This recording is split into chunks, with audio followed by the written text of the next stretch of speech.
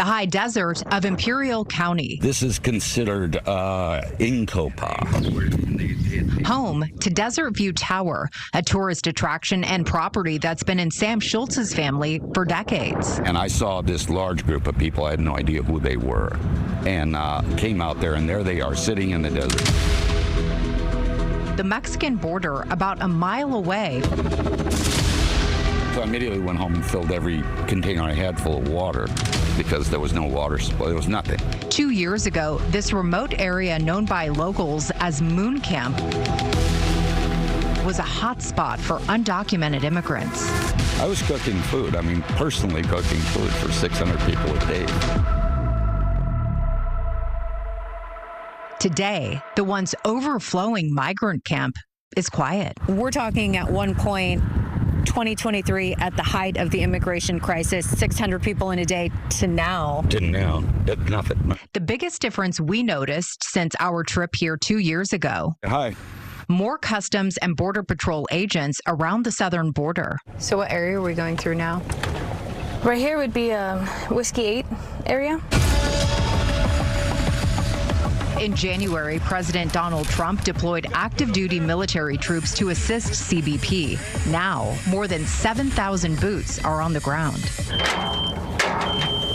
This is our bunkers site, mobile surveillance camera system site, MSC. So we have 2 soldiers here at the bunkers location. And again, they're just focused on the wall, the barrier itself.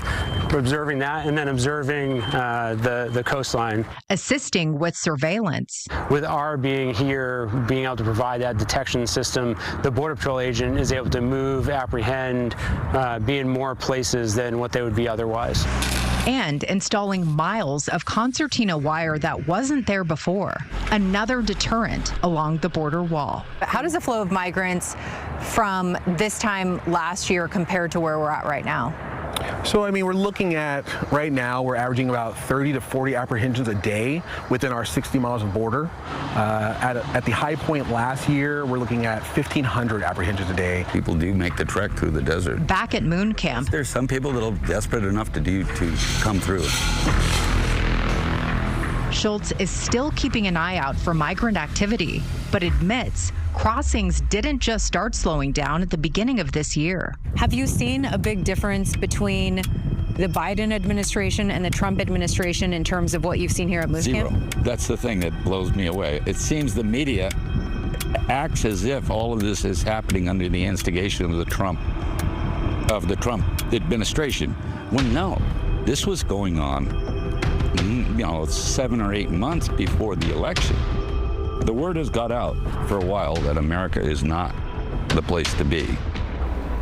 So we wanted to break down the numbers. We have this chart here in December of 2023, which falls under the fiscal year 2024. That's the top line here. There were more than 300,000 encounters at the southwestern border. This was under the Biden administration. Now you can start to see that slow and steady decline there. Now in March of this year, the number of encounters was 11,000. That's right there, that bottom line. That's a 96% drop in just over 2 years. So this is the third time I've been to the border with KCRA 3 in the past 3 years. First for our documentary Seeking Refuge and also for our Title 42 coverage. And we do want to mention that we've been requesting this interview with CBP numerous times over the course of the last year or so, but only did they agree to do this interview just 2 weeks ago. So we jumped on that opportunity. Absolutely. And you got a lot of these answers for us. We know you have more coverage coming up. So what can we expect? So tomorrow I'm going to be talking about the correlation between the crossings and illegal drugs